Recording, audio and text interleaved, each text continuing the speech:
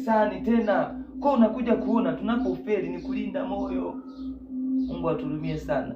Ndio tujitahidi tulinde moyo. Kwenye moyo ndio kuna uzima. Kwenye moyo ndio kuna chemchemi za uzima. Maana yake matendo yako yote unayokuja kuyatenda huku nje, chimbuko ni moyo. Maana yake mwili unaonesha tu matendo viashiria, ila chanzo cha kile ambacho kinaonekana nje ni moyo. Moyo wako ndio unatafsiri mambo gani uyafanye. Hata Mungu mwenyewe kabla ya kuumba mwanadamu alifika akasema na tumfanye mtu kwa mfano wetu. Yaani moyoni mwake akawaza, Mungu akatafakari. Na ndio maana hata wakati ule wanadamu wamefika hatua wamewaza vibaya, wakasema tujenge mnara wa Babeli tumfikie Mungu. Ni mawazo yao machafu. Yale mawazo machafu yalimhuzunisha Mungu, kwa sababu walikusudia kitu ambacho sio, kuiacha ibada ya kweli ya kumwabudu Mungu kwa namna alivyoeleza. Wao wakataka wamfuate mpaka aliko.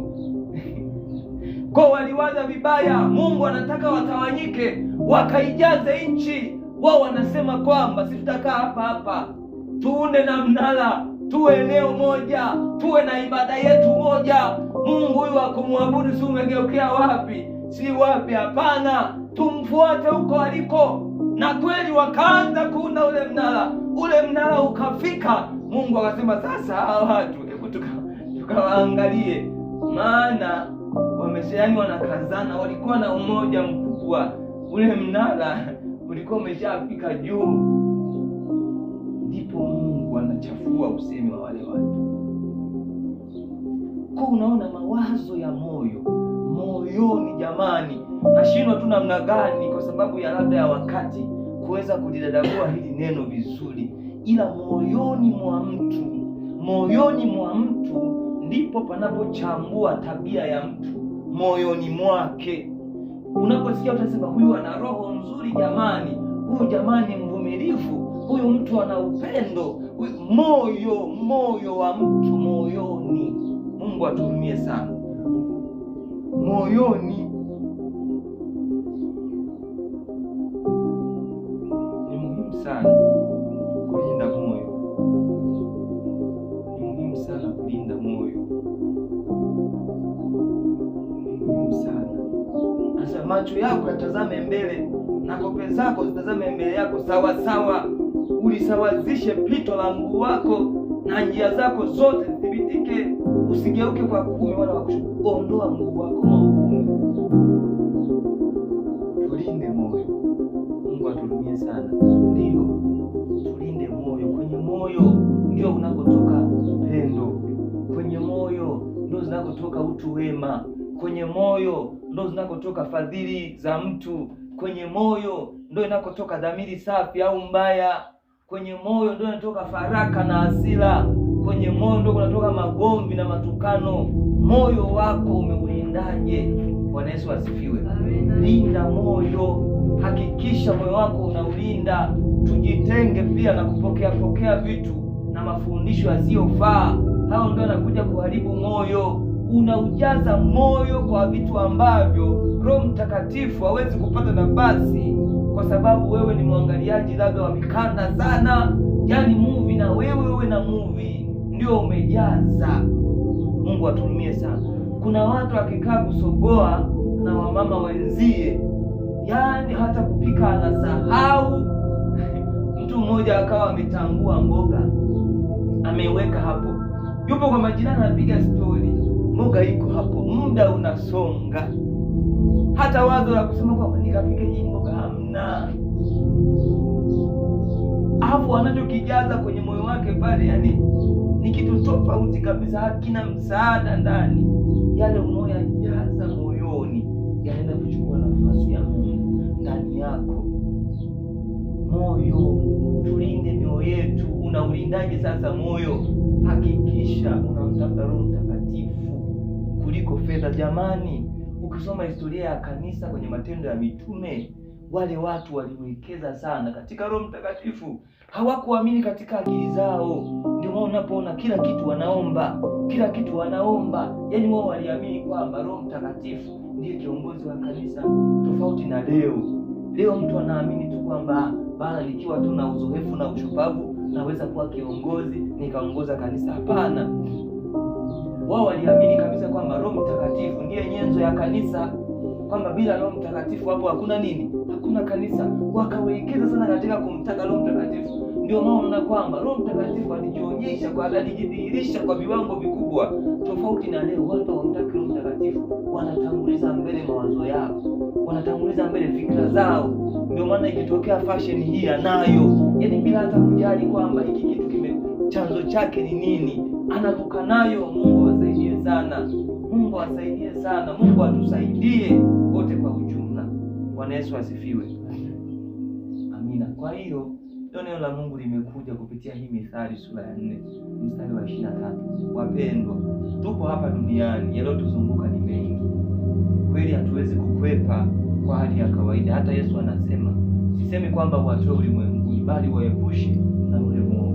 Umeenda sokoni, umefika pale sokoni, mtu amekukwaza, umeenda wapi? Tukawa tunasoma na mtumishi pale katika kitabu cha Waebrania ile sura ya 12 mstari wa 14 kwamba tafuteni kwa bidii kuwa na amani na watu wote, na huo utakatifu ambao hapana mtu atakayemwona Mungu asipokuwa nao.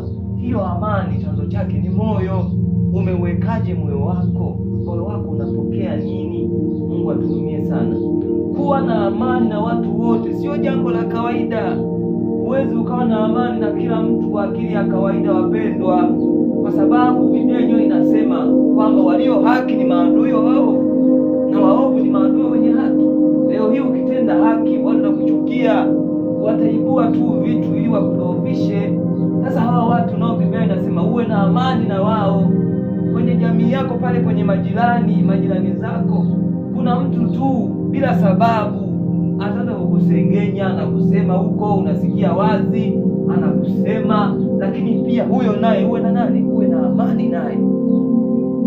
Kwa kuwa na amani na watu wote sio jambo rahisi, ila Mungu anasisitiza kwamba tutafute tu kwa bidii, tena kwa bidii kuwa na amani. Maana yake ili kitu kiweke bidii kina ugumu wake. Mungu atuhurumie sana. Ukisikia kitu unaambiwa uweke bidii, maana yake kina ugumu wake. Kwa kutafuta amani na watu wote, wapendwa, ni kazi kubwa. Ni lazima ujikane, wakati mwingine uonekane kama mjinga, utaonekana kama mjinga, lakini kwa sababu umekubali kujitia nira ya Yesu. Biblia inasema, Yesu anasema, jitieni nira yangu mjifunze kwangu, kwa maana mimi ni mpole na mnyenyekevu wa moyo, kwamba nira yangu ni laini na mzigo wangu ni nini? Ni mwepesi, nanyi mtapata raha nafsini mwenu na amani katika mioyo yenu.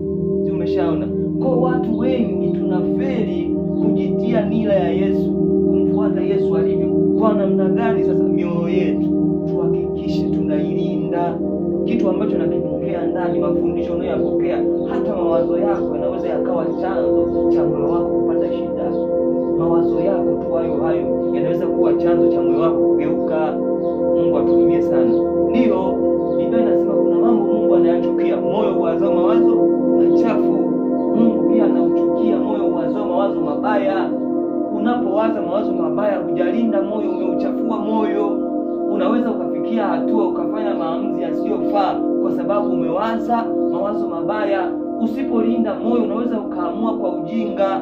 Mungu atuhurumie sana. Ndio unaweza ukairuhusu hasira, halafu ukishairuhusu hasira, ile hasira ikachukua nafasi, ukafanya uamuzi usiofaa. Watu wanauana, watu wanajiua kwa sababu ya nini? Ya hasira. Unaweza ukaruhusu huzuni, kwa kutolinda moyo, ukaruhusu huzuni ikautawala moyo mpaka ukafikia hatua ya kunywa sumu.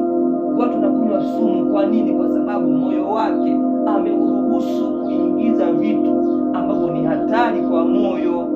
Mungu atuhurumie sana. Kwa hivyo tulinde mioyo, tujitahidi tulinde mioyo. Vijana, tulinde mioyo. Wanazungumza nini? Biblia inasema msidanganyike, maneno mabaya huharibu tabia njema. Wenzako wanaongea nini? Mungu atuhurumie sana. Unasikiliza nini kwenye simu yako? Unasikiliza nini kwenye redio yako? Yale maneno yanakuja kwenye moyo. Na ndio maana hapa tunapinga muziki ya kidunia, kwamba watu wasisikilize muziki ya kidunia, kwa sababu hiyo muziki ya kidunia ni hatari kwa moyo. Yale maneno yanayozungumzwa na hiyo kwamba yanakuja kuwa hatari kwa moyo. Maana yake moyo wako utaingiza vitu ambavyo ni hatarishi, na mwisho wa siku vile vitu vitaenda kuzaa matunda yasiyofaa. Lakini ukiruhusu Roho Mtakatifu akaingia ndani yako, sawa na Wagalatia sura ya 5, ukisoma utaona Roho Mtakatifu ataleta kitu kwenye moyo wako. Akishaingia, matokeo na matunda utaanza kuyaona nje. Hata watu wabaya tunawatambua kwa matunda yao, kwa sababu ndani ya mioyo yao kuna kitu kimejaa. Na Biblia inasema hata uovu na uasi chanzo ni kutiwa ganzi moyo. Unaweza ukatiwa ganzi moyo wako, jambo baya kabisa ukalitenda, ila usipate hata nafasi ya kutafakari kwamba hili jambo lakini hilo lifanya ni baya, kwa sababu moyo wako umetiwa ganzi. Umeona? Unapotiwa ganzi, kama unajua ganzi manake usikii hata maumivu. Ganzi tu kwa hali ya kawaida manake usikii chochote. Kwa moyo ukishatiwa ganzi, sawa na kitabu cha Waefeso, Biblia inavyosema kwamba watu ambao mioyo yao imetiwa ganzi, ambao wanaendelea kutenda uovu na wanaishi katika huo. Maana yake mtu anaweza akawa ni mtenda dhambi, hata umtikiseje hasikika, yani hasikii. Yeye anaona tu kwamba hili jambo ni kawaida tu, yani hawazi kabisa, hawazi kwamba hili jambo ni uovu, kwa sababu moyo umeshatiwa nini? Ganzi. Epuka moyo kutiwa ganzi. Linda moyo, uepuke moyo kutiwa ganzi. Moyo ukitiwa ganzi, maana yake wewe unatapikwa.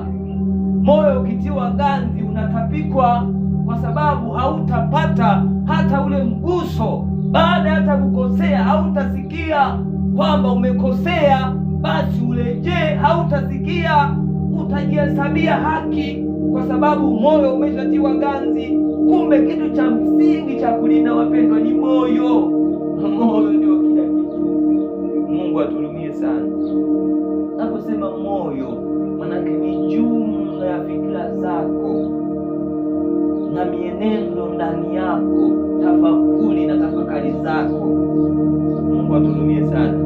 Maana kuna moyo wa wanyama ambao unapampu damu pia. Sawa? Kuna moyo wa wanyama unapampu damu, lakini naposema moyo manake ni jumla, yani ni ile utu wako wa ndani, kwa lugha nyingine. Bwana Yesu asifiwe.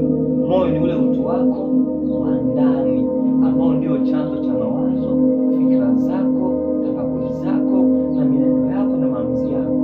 Huo ndio moyo tunaosema. Ndio unapokaa ukaanza kutafakari moyoni, hapo ndio tunapomaanisha. Mungu aturumie sana.